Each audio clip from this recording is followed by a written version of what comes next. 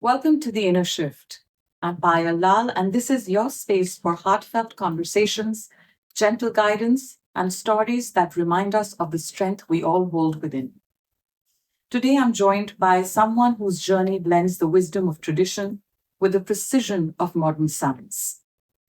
I bring to you Supriya Arora Malik, the founder of Indulgio Essentials. She's not only the founder of Indulgio, she runs a mission to create food grade Ayurvedic meat science skincare. She was recognized as a Forbes 40 under 40 and an 80 global Indian leader. She runs a woman led team rooted in sustainability and empowerment. And last but not the least, she is a mother of six. Yes, six, including her brand, her fur baby, and her younger brother, whom she fondly calls as her firstborn. So I bring to you Supriya Arora Malik. Hi, Supriya. Hi, Payal. Thank you for having me here. Welcome to the Inner Shift, and that's a lot of achievements under your belt. So, in your own words, tell me about Supriya. Um, so, Supria, frankly speaking, it's very difficult to explain me, explain myself. But whatever I do, I just do to look up to my father and just ask him every time that, are you proud of me? I think that's the only mission and agenda in my life, that whatever I'm doing, I look up to the sky and ask him, are you proud of me? That is so sweet. In fact, that is one thing I really admire about your journey, how your personal journey blends into and has led you into. Oh, you got a little emotional. I know, you got me emotional as well. I think when we are blessed by our elders, and when we have our elders guiding us, that is one of the most beautiful things. Yeah. And that is what I think our culture is all about, right? Loving our elders, taking blessings from them. Yeah. And you seem to be someone who's really, really blessed by them. I agree. I'm going to dive right into it because I've heard that your brand was inspired by your mother's personal healing journey. Yeah. Right. So, can you take us through that story? It's the products are her personal journey, but inspiration is my daughter. Oh, yeah. So, there's this phrase, "Ghar ki murgi dal barabar." absolutely. So till the time my mom used to create products for herself, for me, for friends and family, nobody took her seriously, and she used to enjoy making skincare for herself. To take you back, why she started creating products for herself was I lost my dad when I was 15 and my brother was 5. And post that, she have always been a very fragile and very dependent woman. And suddenly she had to take over everything, and managing a brat 15-year-old and a whole lot of tantrums of She's calling herself the brat here. Very honest. yeah, and a tantrum of a 5-year-old, and managing the entire ecosystem, which she was never handling. She had major hormonal fluctuations, which led to alopecia. And she had around 5 to 6 bald spots on her scalp. And I think hair are everything for women. I can't tell you how I connect with this because I had that after my second pregnancy. I had 2 bald spots, and I think it was the most traumatic experience, especially for a woman. I think, right? Being a woman, it's like it's very traumatic. Yes. Continue, please. Yeah. So she used to get cortisol shots done for herself for her hormones and everything. But obviously that used to affect her mental health. So she gave up on that, and she started studying Ayurveda, taking natural therapies, and she started investing her time into learning about essential oils. And she created a hair oil for herself, which we reformulated and launched it as Indulgio's Hair Vitalizer. And she healed herself. She stopped taking cortisol shots and she healed herself. And I think that also diverted her mind, and the stress levels. When you do these things, when you start creating things, it's a mental therapy. Absolutely. And you feel like a better person. You feel like you have something to do, something to look forward, and that actually became a hobby. And the learning phase, obviously, she gathered so much of knowledge. I was extremely acne prone. I mean, I still have pits and scars on my face, but I was extremely acne prone. My face was always full of acne. So she created a face oil for me, and I was, at that age, I was very rebellious. I'm already very acne prone. I'm already very oily, and she it sounds really like face oil. Yeah, exactly. To calm it down. Yeah. But that worked, and things were not taken very seriously until my daughter, when she was 3 years old, she was diagnosed with glucose intolerance, and she used to get rashes around her body whenever she used to eat a lot of sweets. And we went to a lot of doctors, and everyone said that she is pre-diabetic, but she wasn't. She is a rare kind of hemoglobin, and that level of insulin was normal for her. She had allergies, and whenever she used to turn red with allergies, then she used to scratch and get itchy, and those areas used to turn black and pigmented. And the doctors used to prescribe hydroquinone for her, which is quite potent, and using it on a 3-4-year-old child was not what my mom thought was right, though it was prescribed by doctors. But what happened was, so there was this doctor from Canada, and he was here. He worked in Johnson's. So he was here, and I showed it to him, and he formulated a 5% hydroquinone ointment for her. And my mom got so angry that when you're using such strong depigmentation products, you really have to take care of sun exposure. And she is a 4-year-old child. She is going to go out, go to school, run around. You can't be after her and put these sunscreens on her and protect her from the sun. This will rather do more damage than cure to her. And she literally threw away that expensive moisturizer, cream, whatever the doctor developed for her. And she developed a body oil for her with essential oils, which will not make her skin photosensitive. So there's this, myth around essential oils that they make you photosensitive, and it makes your skin sensitive and everything. But everything in the right percentage when used will give you the right kind of result.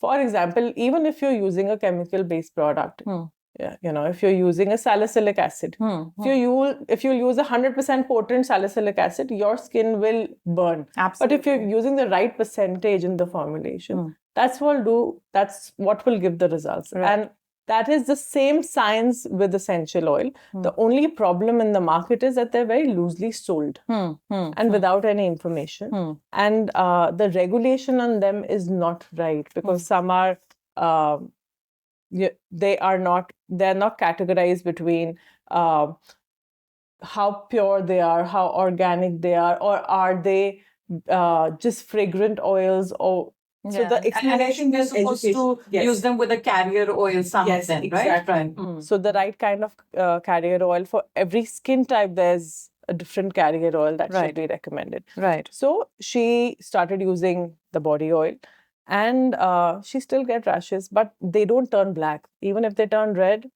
they just Go away, right. yeah. And that's what. And I just told my mom, Mama, this needs to go out. And she was like, she was very scared of negative feedback, and her pet dialogue is always that this is not Rajma Chawal that everyone will like. We Punjabi, everyone in the house like Rajma Chawal. So staple diet. Yeah. So she's like, it's not that everyone will give positive comments, but I said, at least let somebody get benefit out of it. If I am getting benefit, you have got benefit, my daughter has got benefit, then why not? So I just posted a post on Facebook group called Gurgaon Moms. So I just posted that my mom created these products.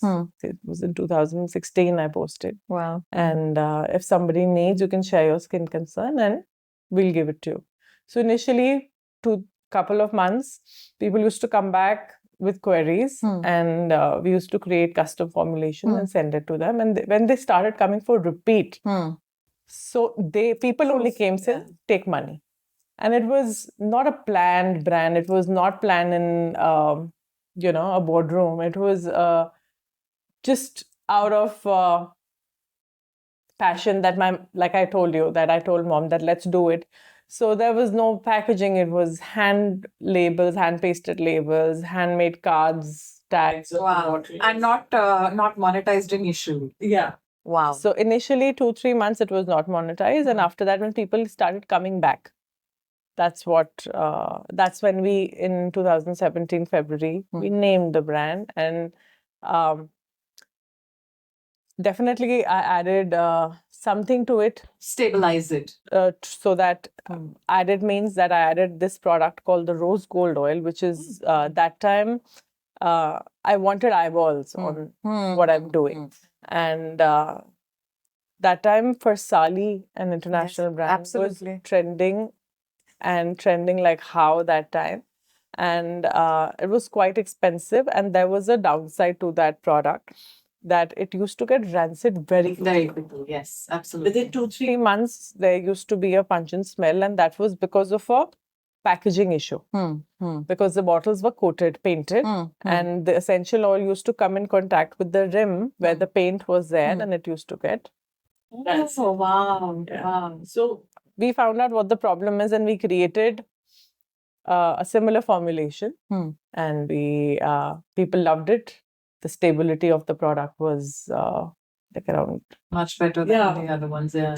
12 months was the stability. Wow. And shelf life was 18 months.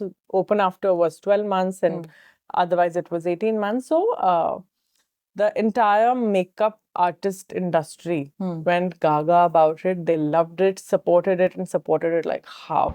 Wow, that's amazing. That's amazing. As they say, proof of the pudding is in the eating. And you definitely saw that, which kind of propelled the whole journey into where you stand today. Yeah. I personally feel she's sitting in front of me only for me, because I'm going to have a chat with you. After this, I'm coming for a consultation, but I want to meet your mom. Yeah. How does it feel to take something so personal and see it right out there? How does that feel? Frankly speaking, whatever Indulgio is today was never planned. There was no planning, no structure. When we priced the product, there was things like e-commerce share and expenses. Everything were not calculated for. And that's later we realized, oh my God, this is also there. Okay, these kind of things also come into picture. So there's been a really long, big learning while launching this brand, and where we are today. Indulgio is a self-sustaining brand, I would say. It's self-funded. Wow. And it's building itself. I would say I'm blessed. There's some kind of blessing that's showered on us, that we are growing positively. We are not burning. And it's a great journey. There's so much to learn while setting up a business. I'm not a number person. I'm a creative person. What kind of packaging, what kind of product, what kind of ingredient. So I also did some courses around cosmetology when I everything is turning very positive.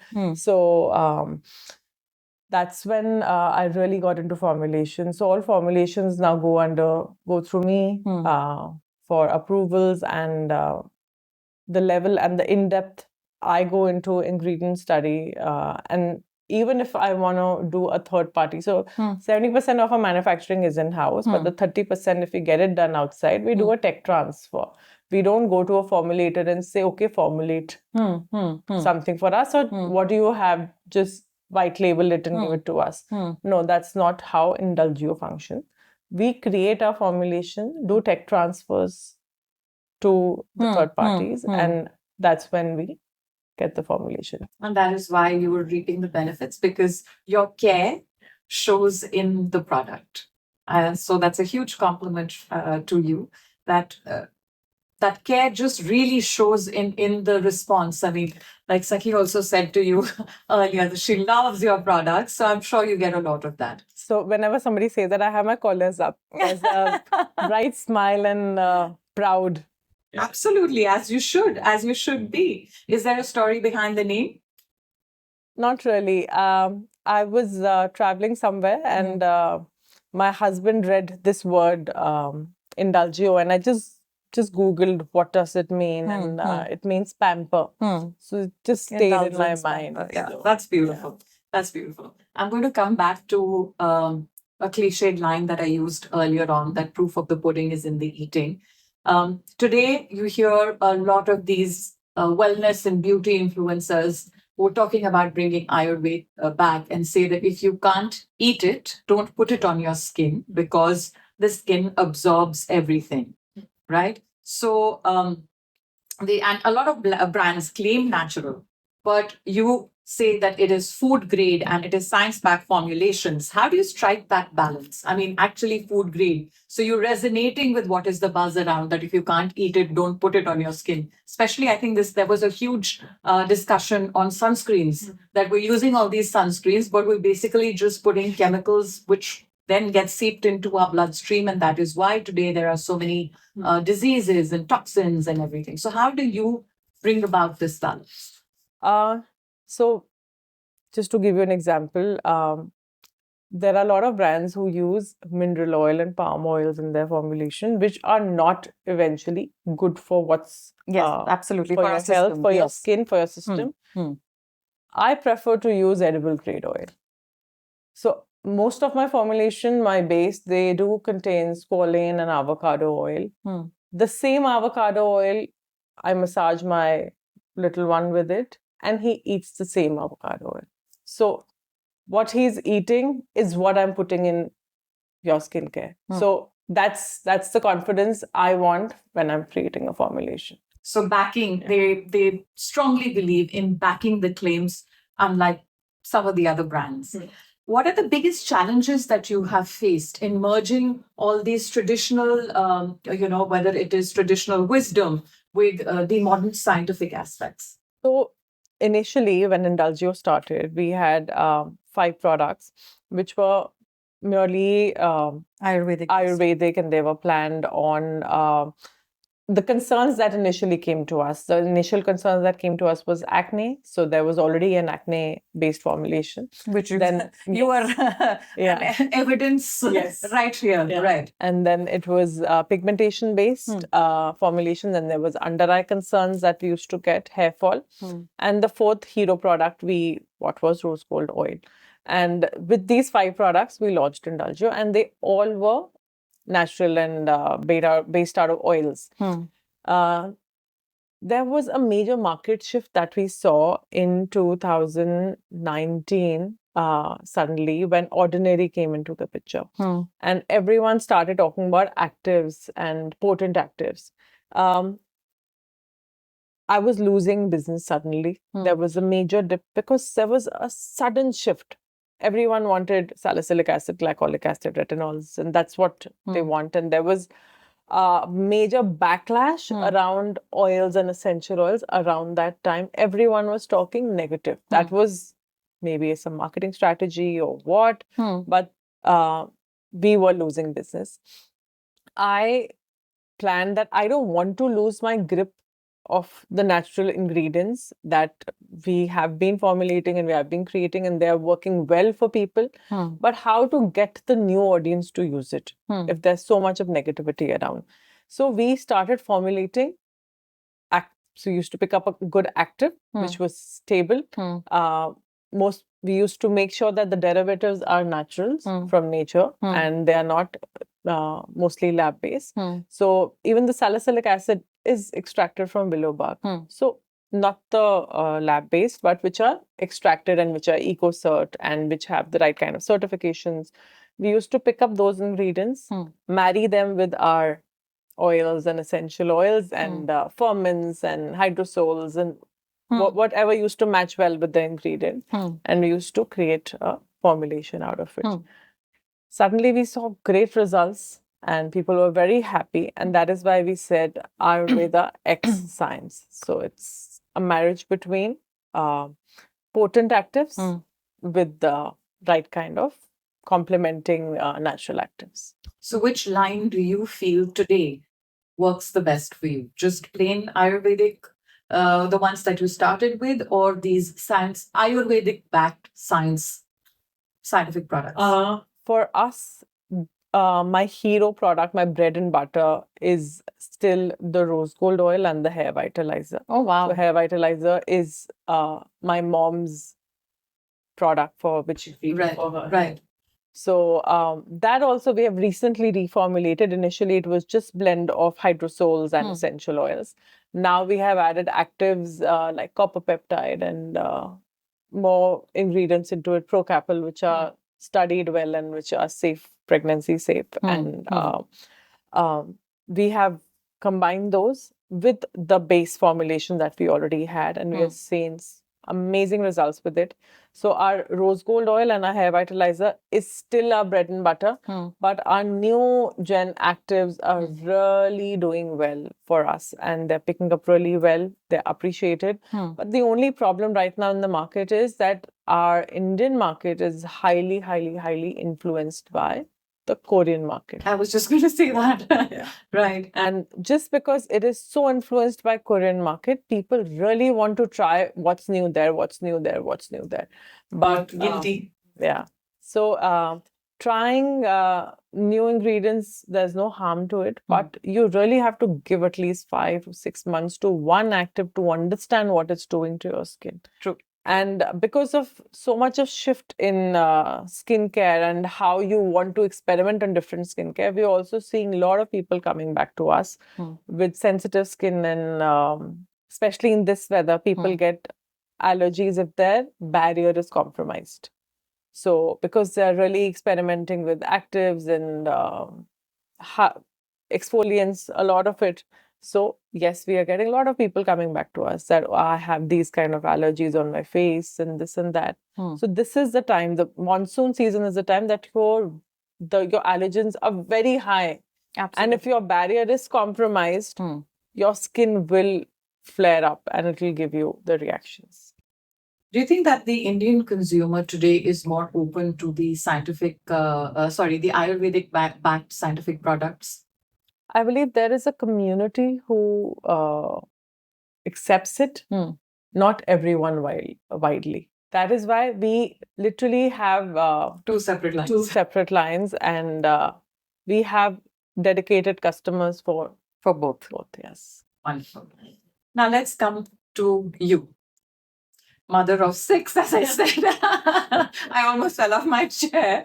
But how do you cope? A successful business, 40 under 40, 80 global business leader, and 6 children.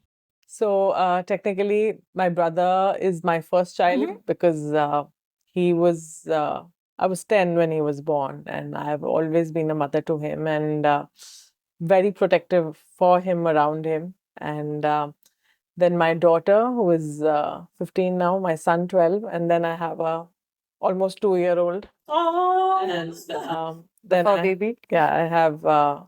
I lost one of my dog. I have one dog now. So mother of 7, but I lost one of them. Yeah.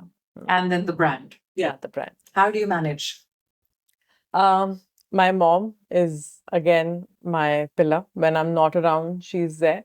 And my husband, he is my biggest support system. Oh. He's encouraged me to do anything and everything I want. He's never stopped me. And he's always there to back me up. So I lost my in-laws at a very early age. So I lost my mother-in-law, I think 2 years post my marriage. Oh. And then few years back, I lost my father-in-law also. But he was so proud of me and he was so supportive of me that if I'm not around, he would say, okay, you go, I'm home. I'm watching over kids. But it's just I've created a good ecosystem around me, my staff, my family, my friends, and that who are always there whenever I'm not around. So my mom has a lot of responsibility and my husband always there backing up. Yeah, like I started today's session by telling her my mom is babysitting my fur baby so that we can shoot in peace. So yes, God bless moms, God bless parents, yeah. God bless our I feel our culture, which is so deeply rooted in support systems. I feel we're very lucky to have that support system around us, in however way it works. Coming back to you, you built a woman-led team. Yeah. Right? You're it's women all around you. Right? Tell me about this journey. So when I started this business, I was working from my house, and there was no factory set up, no nothing. We built a big kitchen, and that's how it started. Uh, my kids were there in the same space, everything.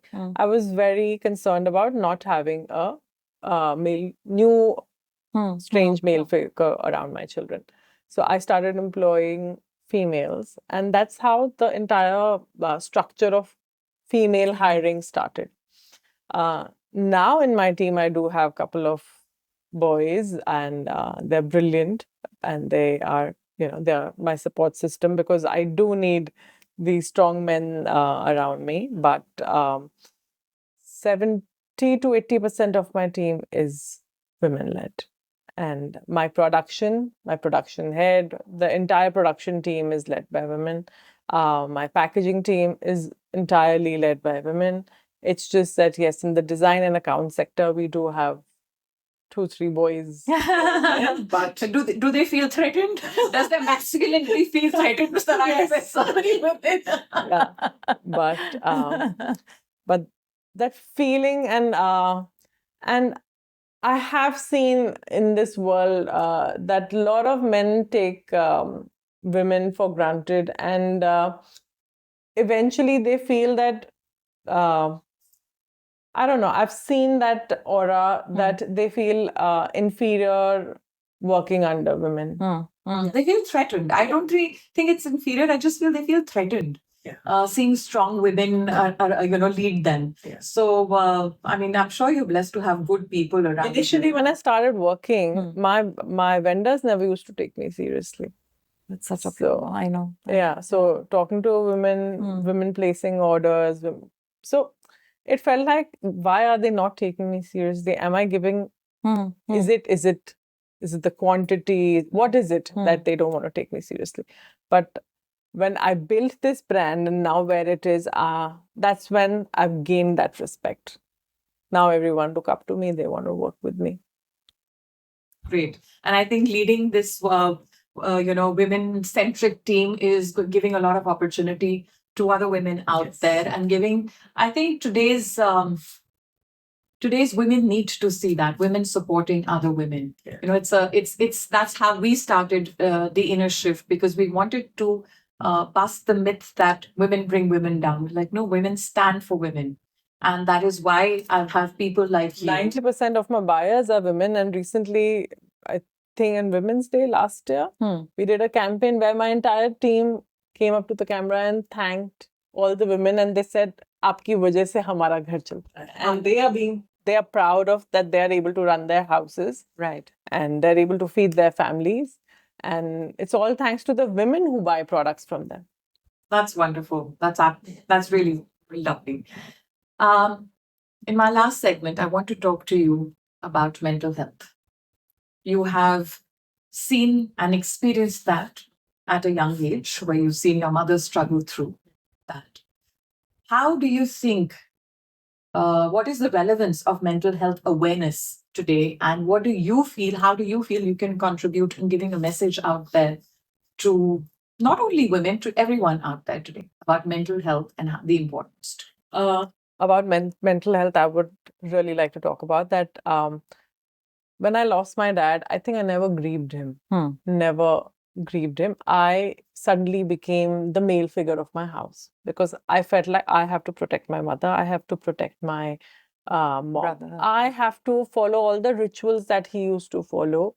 And I have to manage things. I think he made me that way. He used to call me his puttar, and from a very young age, he I don't know why. When I was, I think, 7th and 8th grade, he used to sit with me and he used to tell me, okay, help me manage my files. And I used to, manage his files, his insurance and his business, his work, everything. And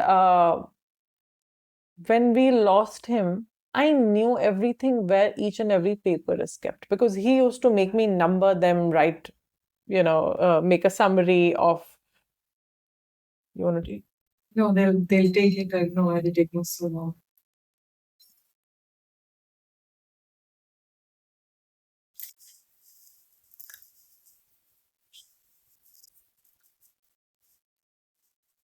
Tower 1, 8th floor. 8th floor.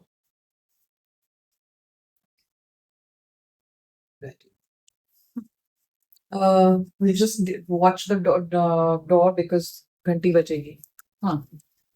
So, when we lost him, I knew everything where the files are kept, where his insurance is kept, because he used to make me maintain those things from a very early age. Why? I don't know. Because I never did that with my brother, and my mom never did that with him. He's still the pampered child of the house. And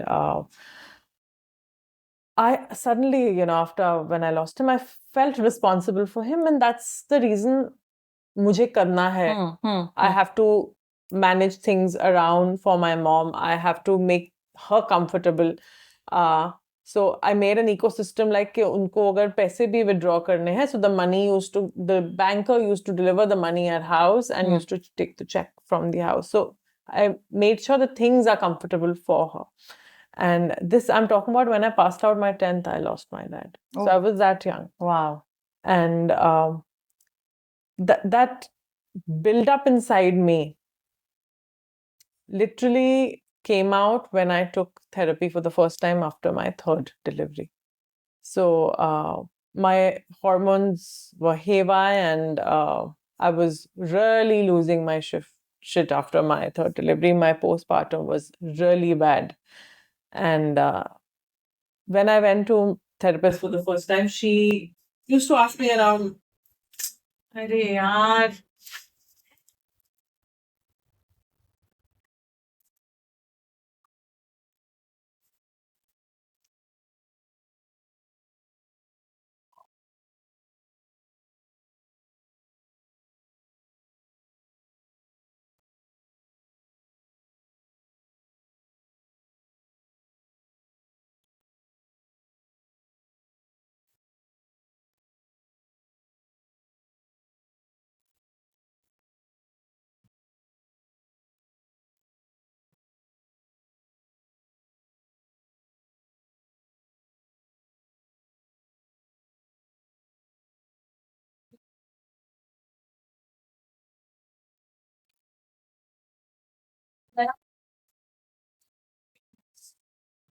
Mental health, back to mental health.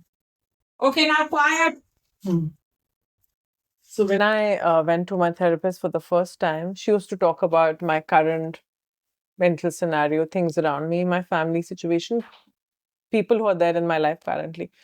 I continued going back to my dad, my dad, my dad, my dad. So, and I told her things I never discussed with anyone. My dad, I lost him suddenly because it was not illness. He was murdered. So my Lord.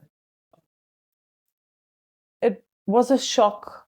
And that, I think I never. Wow. I never absorbed. I'm so sorry. I didn't know that. Yeah. So I used to look at his